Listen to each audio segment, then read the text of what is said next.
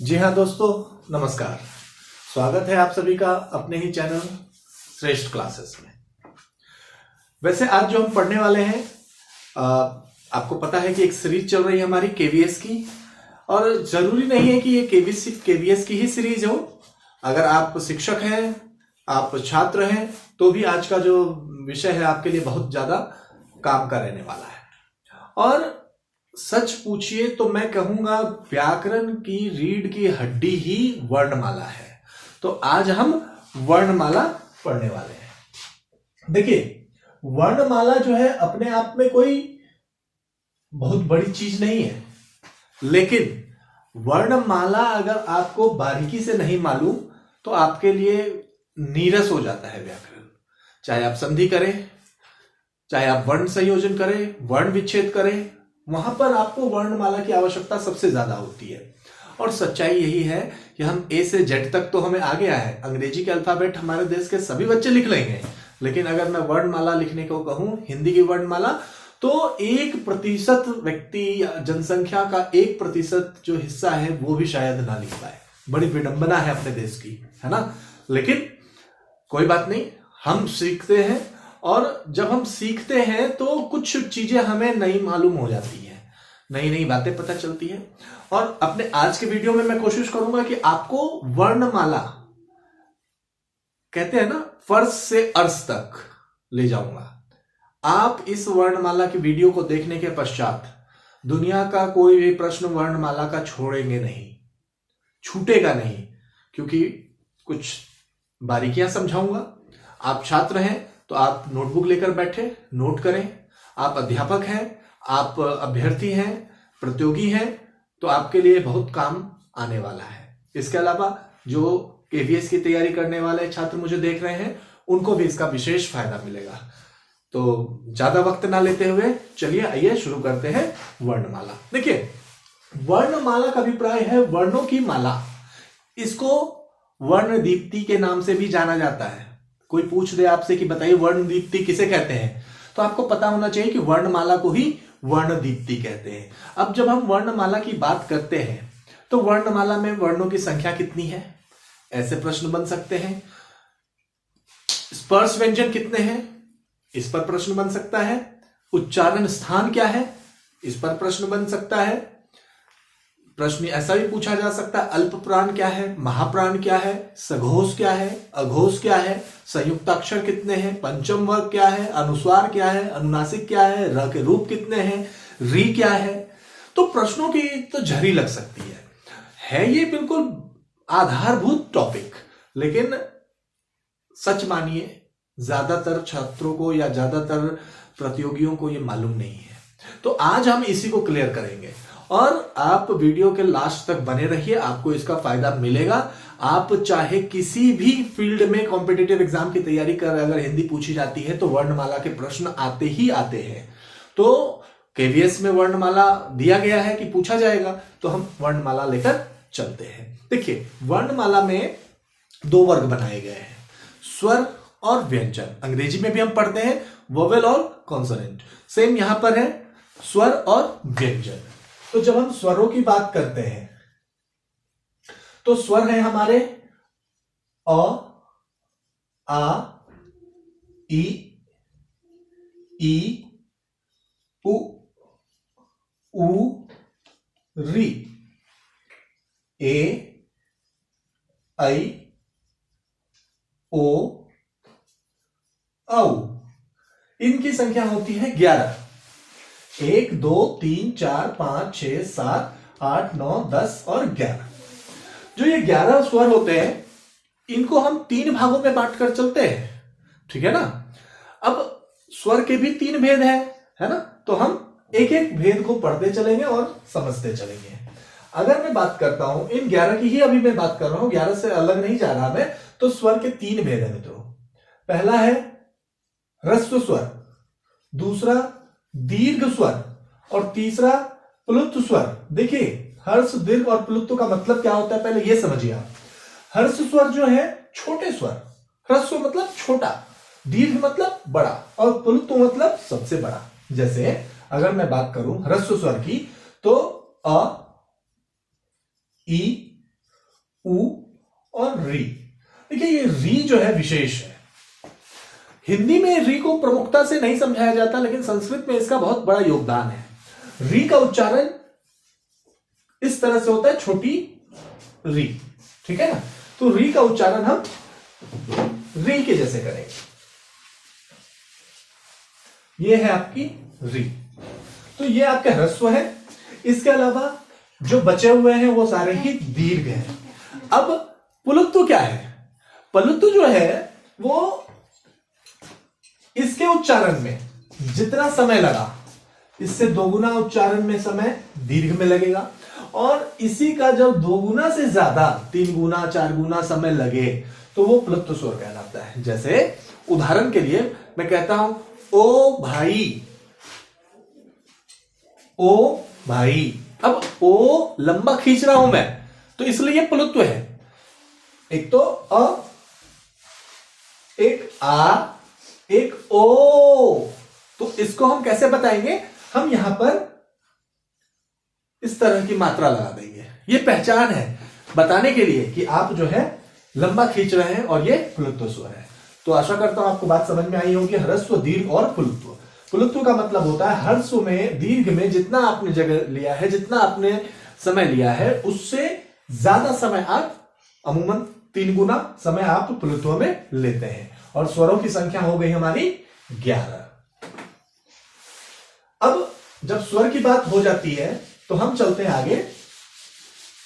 2 वर्ण हमारे यहां पर छूट रहे हैं अभी, जो अक्सर ही हम औ के बाद लिखते हैं। एक है अंग और एक है अह। देखिए अंग और अह ये ना तो स्वर है और ना ही व्यंजन है। अब ये स्वर क्यों नहीं है, ये व्यंजन क्यों नहीं है, ये अपने आप में एक प्रश्न बनता है। आपके मन में भी ये बात आनी चाहिए कि आखिर ये है क्या। तो देखिए इसका नाम है अयोगवाह। अयोगवाह।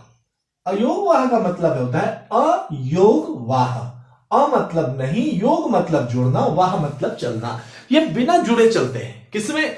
ना तो ये स्वर के रूप में आते हैं, ना ही ये व्यंजन के रूप में आते हैं, इसलिए इनकी अलग ही कैटेगरी है जिसको हम कहते हैं अयोगवाह। अब अयोगवाह की आवश्यकता क्यों पड़ी? देखिए जो अ है ये स्वर है, जो अह है इसमें ह का उच्चारण है, इसमें न का उच्चारण है, ठीक है ना।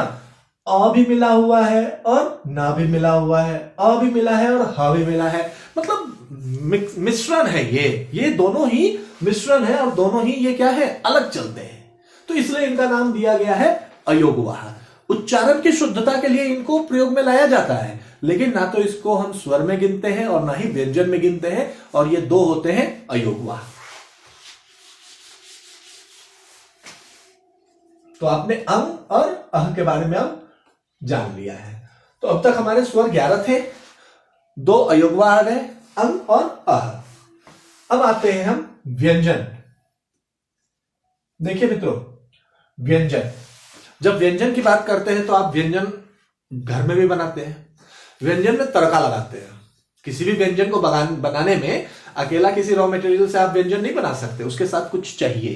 तो ठीक इसी तरह से जब मैं व्यंजन की बात करता हूं तो हिंदी की मैं स्पेशली बात कर रहा हूं, तो हिंदी में जो भी व्यंजन है सबके साथ अ युक्त है, अ मिला हुआ है, अ का तड़का लगा हुआ है। जब मैं बात करता हूं क की, तो इस क में अ का तड़का लगा हुआ है, क्योंकि ये क्या है हमारा क और ये है हमारा अ। तो क और अ मिलकर क बनता है, ठीक है ना। कई लोग कै, खे, गे बोलने लगते हैं, जो कि शुद्ध नहीं है, क्षेत्रीय प्रभाव है यहां।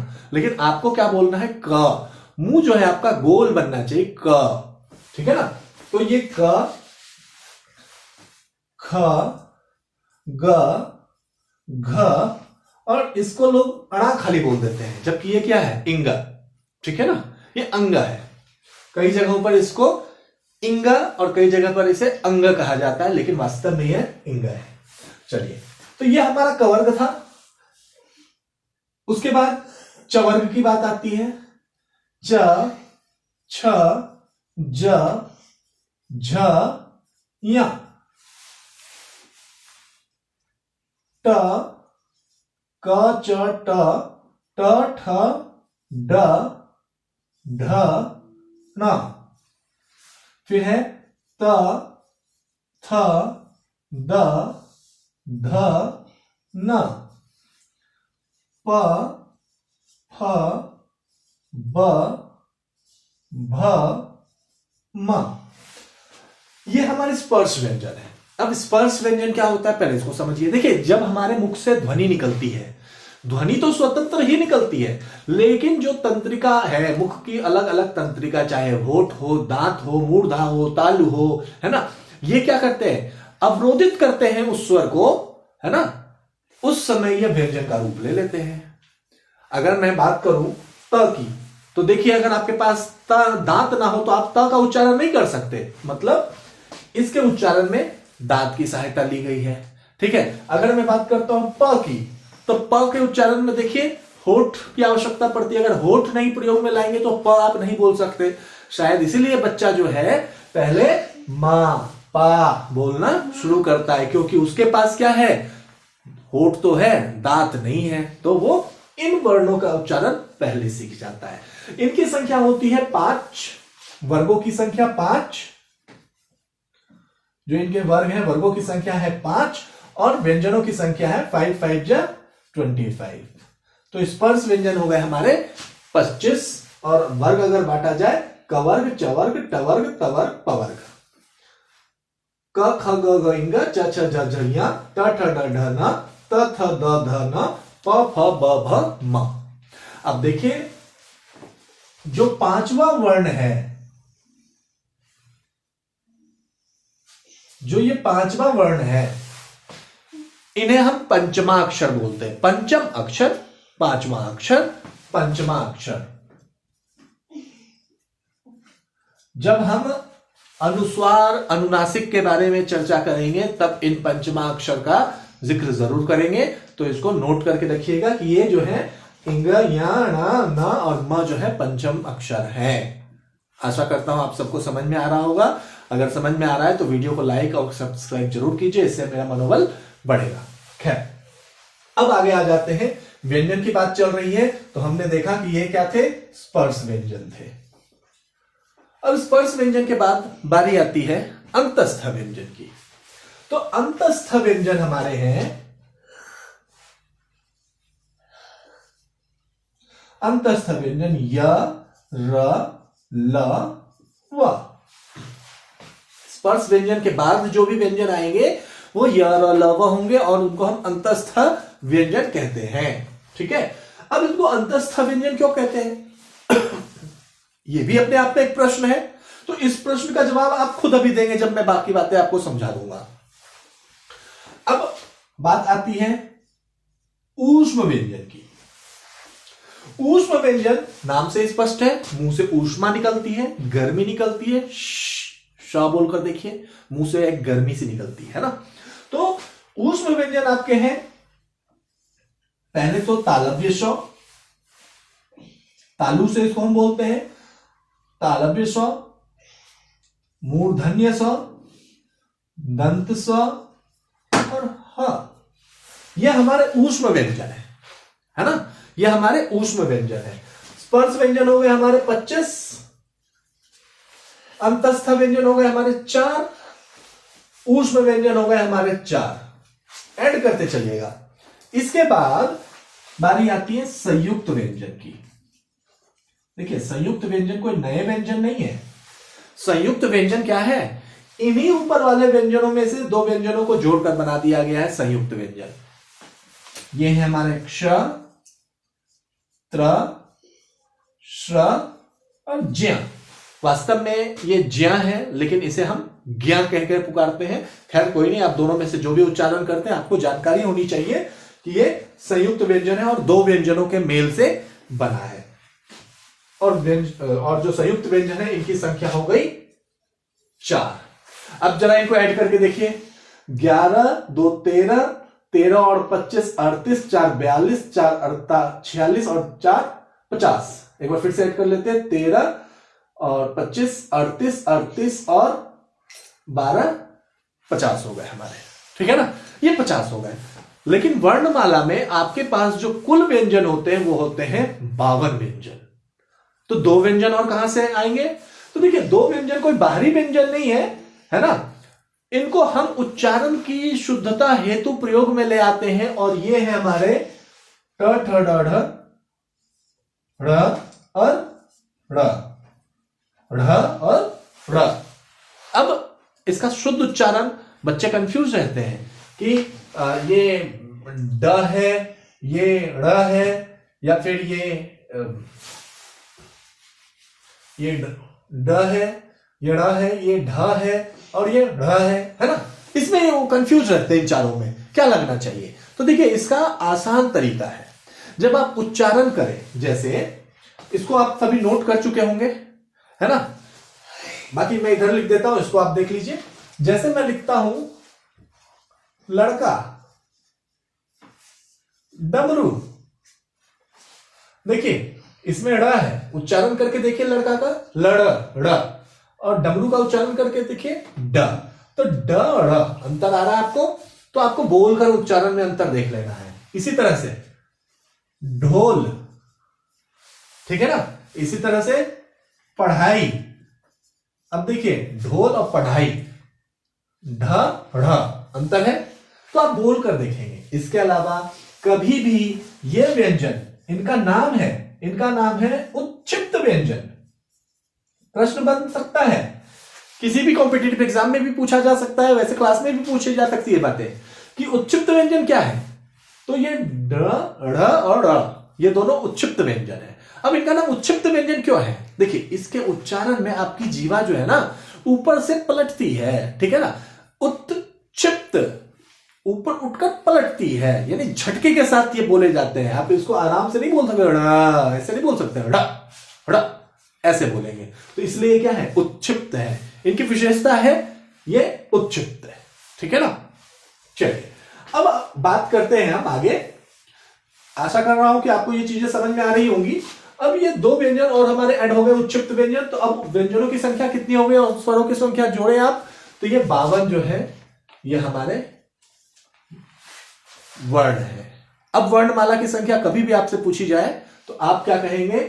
52 होती है, फिक्स है, 52 होती है। मानक हिंदी 52 वर्णों को मान्यता देती है।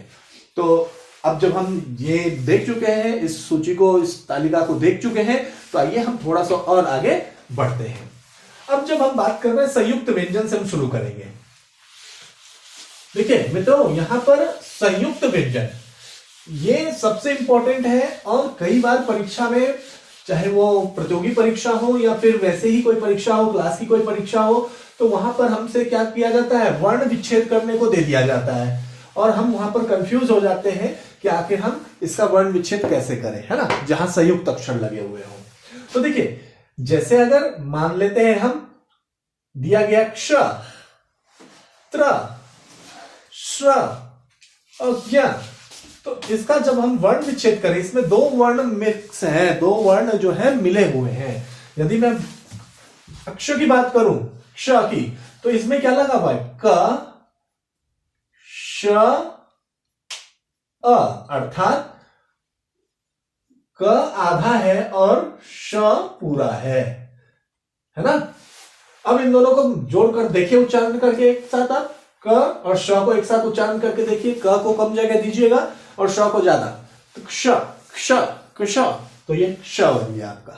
ठीक इसी तरह से त्र की बात करूं तो त आधा है और र इसमें पूरा है। त र त्र, तो त आधा है और र पूरा है।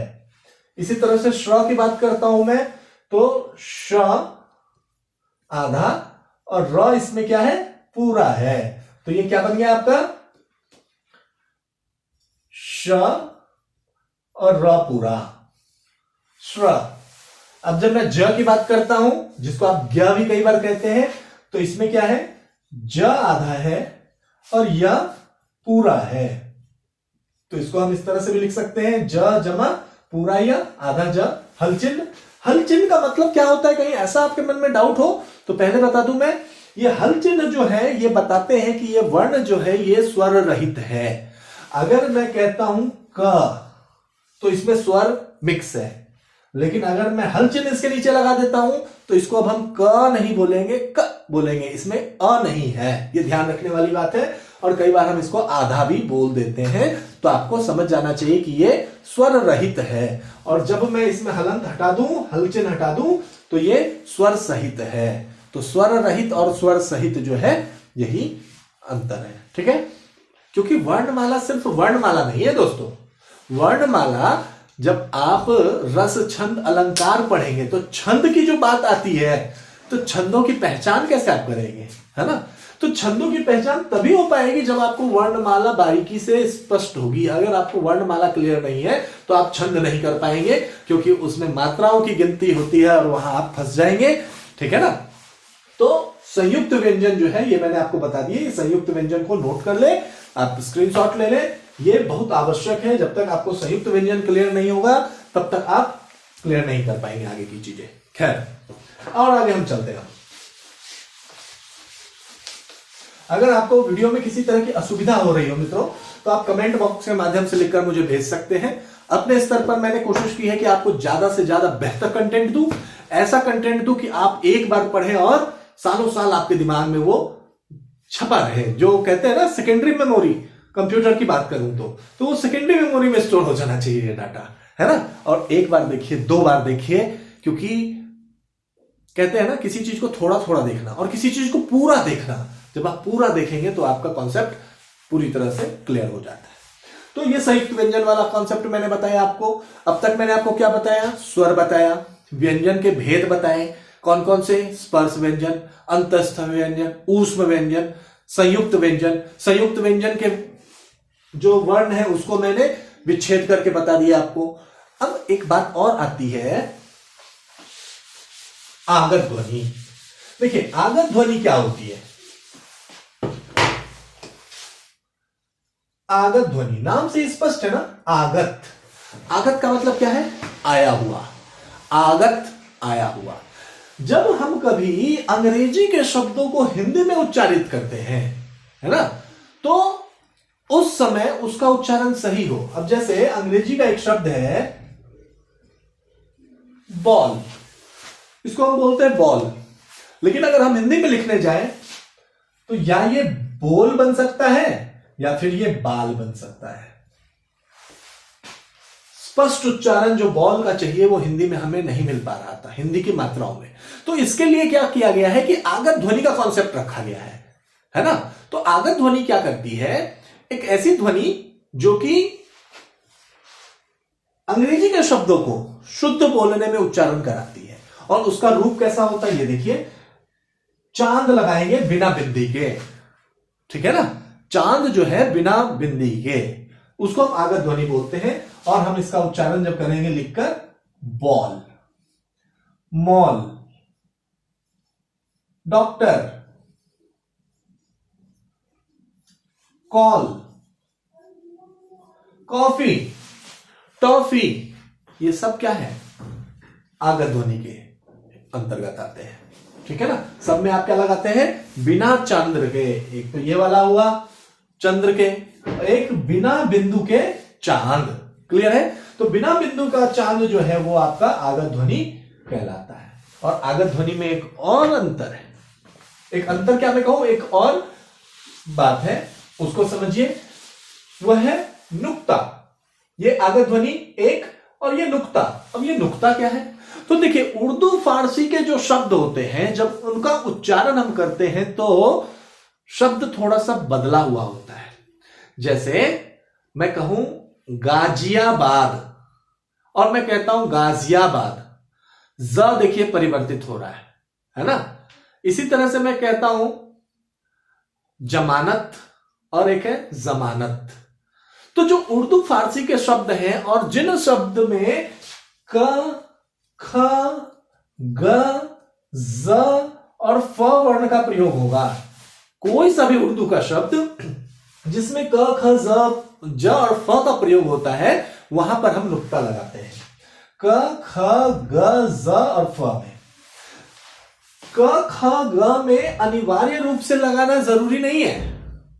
लेकिन ज और फ में लगाना अनिवार्य रूप से जरूरी है। लेकिन आप जब गहराई से वर्णमाला समझ रहे हैं तो आपको ये बातें क्लियर होनी चाहिए कि नुक्ता जो है इन 5 वर्णों में लगाया जाता है, क ख ग ज और फ। आप ज्यादातर ज और फ में तो देखते हैं, क ख ग में नहीं देखते, लेकिन आप चाहे तो शुद्धता के लिए लगा सकते हैं। निर्बाध रूप से आप इसका प्रयोग कीजिए, कोई आपको रोकेगा नहीं, या कोई यह नहीं कह सकता कि ये गलत है या अशुद्ध है। उसे जानकारी नहीं होगी तो आप जानकारी बताइए, दीजिए उसे, लेकिन आप अपनी जगह सही है। जैसे मैं लिखता हूं कॉम, कॉम, यहां पर आप नुक्ता लगाएं, कॉम उर्दू का शब्द है। तो जो उर्दू के शब्द होंगे, जैसे मैं जमानत, वास्तव में क्या है ये, जमानत है ना, तो इसका विशेष ध्यान रखना है। कुरान उर्दू का शब्द है, इसकी शुद्धता नुक्ता लगने से आएगी। गलत कुछ नहीं है, लेकिन शुद्ध कुछ जरूर है, तो हमें शुद्धता को पकड़कर चलनी है। अच्छी हिंदी बोलना, अच्छी हिंदी लिखना, अब मिलते कहां हैं लोग, है ना। आप 2, 3, 4 लाइन अच्छी हिंदी के बोल कर देखिए तो आपको लोग कहेंगे तुम्हारी तो हिंदी ही अलग है ना, वो आपको अलग ही नजर से देखते हैं। तो ये बहुत विडंबना है अपने भारत देश की कि हम भारतीय होकर अपनी जो मातृभाषा है हिंदी, या जो अपनी भाषा है हिंदी, उसको संभाल नहीं पा रहे हैं। और इसके लिए कहीं ना कहीं हम सब जिम्मेदार हैं। कुछ लोग अपने में से ही होते हैं, वो बहुत गर्व से कहते हैं माफ कीजिएगा मुझे हिंदी थोड़ी कम आती है। ये लज्जा का विषय है मित्रों। दो I am also from Bihar, है ना, लेकिन कोशिश मैं करता हूं कि अपनी जो हिंदी है वो बची रहे, अपनी जो मातृभाषा है उसका प्रयोग मैं अच्छे से करूं। जहां अंग्रेजी की आवश्यकता होती है, फर्राटेदार अंग्रेजी भी बोलना चाहिए हमें। और मैं किसी को डिमीन नहीं कर रहा किसी भाषा को, लेकिन हाँ, ये हमारी अपनी हिंदी है, माँ है, हम हिंदी की सेवा करते हैं। हिंदी को हम जरूरत के लिए नहीं पढ़ते, ये हमारा अपना संस्कार है। खैर चलिए, तो ये आगत ध्वनि की बात हो गई, नुक्ता और अर्धचंद्र, ठीक है। अब और आगे बढ़ते हैं। इसके बाद जो मेरी वीडियो आएगी, अगर आप कमेंट करेंगे तो मैं आपको एक वीडियो अनुस्वार और अनुनासिक पे अलग से बना कर दूंगा, है ना।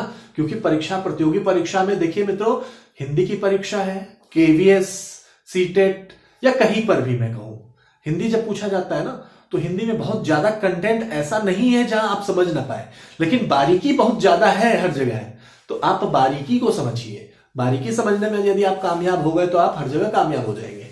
अब जब बात हो रही है अनुस्वार और अनुनासिक की, तो मैं आपको बता रहा था पंचम अक्षर, लेकिन अगर मैं पंचमा अक्षर को लेकर अनुस्वार और अनुनासिक समझाऊं आपको, तो हो सकता है वीडियो काफी लंबी हो जाए। तो मैं उस टॉपिक को एक अलग वीडियो में, सेपरेट वीडियो में ही डाल दूंगा, है ना। तो आप उससे देख लीजिएगा। लेकिन अभी हम वर्णमाला कर रहे हैं, तो वर्णमाला आपको क्लियर होनी चाहिए। हमने अब तक देखा स्वर, व्यंजन, व्यंजनों के भेद, आगत ध्वनि, ठीक है ना। इसके अलावा अब हम जो आगे चलने वाले हैं वो है अल्प प्राण और महाप्राण। देखिए, अल्प प्राण क्या है और महाप्राण क्या है, पहले इसको समझिए। प्राण क्या है? प्राण मतलब वायु। जो वायु हमारे मुख से निकलती है वो क्या है? प्राण ही तो है। अगर ये वायु ना निकले तो हम प्राण रहित हो जाएंगे, प्राण निकल जाएंगे, ठीक है ना। तो इसी तरह से वर्णों के उच्चारण में प्राण का अपना महत्व होता है। कुछ शब्द, कुछ वर्ण ऐसे होते हैं जहां हम जोर लगाते हैं, ज्यादा वायु की आवश्यकता होती है। कुछ वर्ण ऐसे होते हैं जहां पर हम ज्यादा जोर नहीं लगाते, है ना। तो जहां पर हम ज्यादा जोर नहीं लगाते वो सब अल्प प्राण है, और जहां पर हम ज्यादा जोर लगाते हैं उच्चारण में वर्णों के, वो महाप्राण है। तो अल्प प्राण और महाप्राण में यही अंतर है। प्राण मतलब वायु, अल्प थोड़ा, महा ज्यादा, तो अल्प प्राण और महाप्राण। अब अल्प प्राण क्या है और महाप्राण क्या है मैंने बता दिया, लेकिन आप कैसे कैटेगरीज कर, उसकी कैटेगरी कैसे बनाएंगे कि अल्प प्राण में कौन कौन से वर्ण आएंगे और महाप्राण में कौन कौन से वर्ण आएंगे। तो देखिए, अभी हमने कवर्ग, चवर्ग और टवर्ग, तवर्ग, पवर्ग किया है ना, पांचों वर्ग। तो कवर्ग में क पहला, क ख ग तीसरा और पांचवा इंग। इसी तरह से चवर्ग में च छ छोड़कर, च छ ज, झ छोड़कर या, और इसी को आप कंटिन्यू चलाएंगे, कवर्ग, चवर्ग, टवर्ग, तवर्ग और पवर्ग, है ना। इन सब में जो पहला, तीसरा और पांचवा वर्ण है ये सब क्या है, अल्प प्राण है। और जो छूट गए कौन कौन से, दूसरा और चौथा, ये क्या है, महाप्राण है। बात आ रही है समझ में। इसके अलावा मैं अगर कहूं आपको कि य, र, ल, व, ये क्या है, हमारे अल्प प्राण है। य, र, ल, व अल्प प्राण है, ठीक है। और तालव्य स्व, मूर्धन्य स्व और दंत स और ह, ये हमारे महाप्राण है, ठीक है। इसके अलावा इसकी पहचान यही होती है कि जब भी आप इनसे कोई शब्द बनाते हैं अंग्रेजी का, तो उसमें एच का प्रयोग होता है। जैसे खाना, खाना तो KHANA, ठीक है ना। घर, GHAR। अब देखिए घ, ख, कहां है ये, दूसरा होगा या चौथा होगा, दूसरा या चौथा, दूसरा चौथा, है ना। और तालव्य स्व, मूर्धन्य स्व और दंत स्व और ह जो है ये महाप्राण के अंतर्गत आते हैं, और जो बचे हुए हैं वो अल्प प्राण के अंतर्गत आते हैं, ठीक है ना। तो स्वरों में ये नियम लागू नहीं होता, व्यंजनों की बात होती है। व्यंजन क्या होते हैं, अल्प प्राण वाले होते हैं और महाप्राण वाले होते हैं। तो एक बार स्क्रीनशॉट लेना चाहे तो आप ले सकते हैं। प्रस्तुतिकरण में थोड़ी बहुत कमियां हो सकती हैं, लेकिन कंटेंट को लेकर आप निश्चिंत रहिए। आपने इसको पढ़ लिया तो आपका फिर कोई तोड़ नहीं, बेबाक अपनी बात रखिए और इससे ज्यादा फिर आपको कुछ पढ़ने की जरूरत नहीं है। अब जो हमारा अगला टॉपिक है वो है कंपन। कंपन क्या होता है, घोष, ठीक है ना। देखिए कुछ वर्ण ऐसे होते हैं मित्रों जिसके उच्चारण में आप अपने कंठ पर यदि हाथ रखें तो वाइब्रेशन होगा, और कुछ वर्ण ऐसे होते हैं जिसमें वाइब्रेशन नहीं होगा या बहुत कम होगा। तो जिसमें वाइब्रेशन ज्यादा हो वो क्या है, सघोष, और जिसमें वाइब्रेशन नाम मात्र या थोड़ा सा हो वो है अघोष। तो जब सघोष की बात की जाती है तो उन वर्णों को इस वर्ग में रखा जाता है जिसमें कंपन होता है, और अघोष में वे वर्ण रखे जाते हैं जिसमें कंपन नहीं होता है। अगर मैं बात करूं तो सभी वर्ग के पहले और दूसरे वर्ण को हम सघोष, माफी चाहूंगा, पहले और दूसरे वर्ण को हम अघोष के अंदर रखते हैं। आप उच्चारण करके देख लीजिए। जैसे मैं कहता हूं क और ख, इसमें वाइब्रेशन कम होगा, लेकिन जब मैं बात करता हूं ग तो देखिए यहां पर वाइब्रेशन होगा, घ, अंग, वाइब्रेशन ज्यादा होगा। ये सभी वर्गों में लागू रहेगा नियम, ठीक है ना। ये सघोष और अघोष जो है, पहला दूसरा जो है अघोष है। अघोष मतलब कम कंपन और सघोष मतलब ज्यादा कंपन। तो ये तीसरा, चौथा और पांचवा, तीसरा, चौथा और पांचवा वर्ण जो है वो सघोष का हिस्सा है, ठीक है ना। इसके अलावा तालव्य स्व, मूर्धन्य स्व और दंत स्व ये भी अघोष है, जबकि य, र, ल, व और ह ये आपके सघोष है ना। तो आशा करता हूं कि आपको ये बातें समझ में आ रही होंगी। इसके अलावा जो उत्क्षिप्त व्यंजन है आपके, ठीक है ना, जो उत्क्षिप्त व्यंजन है कौन कौन से, अभी हमने देखा ड़ और ढ़, ये भी हमारे सघोष है।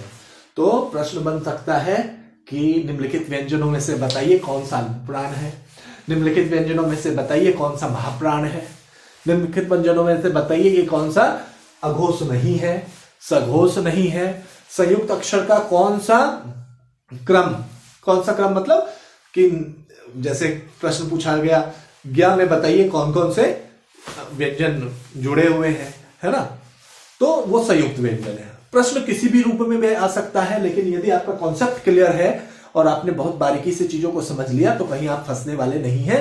एक बात और छूट रही है, द्वित्व व्यंजन, आखिरी बात करके समाप्त करूंगा। द्वित्व व्यंजन, जहां पर एक ही व्यंजन की पुनरावृत्ति लगातार हो जाए, ठीक है ना। जैसे अगर मैं कहता हूं ब, च, चा, बच्चा।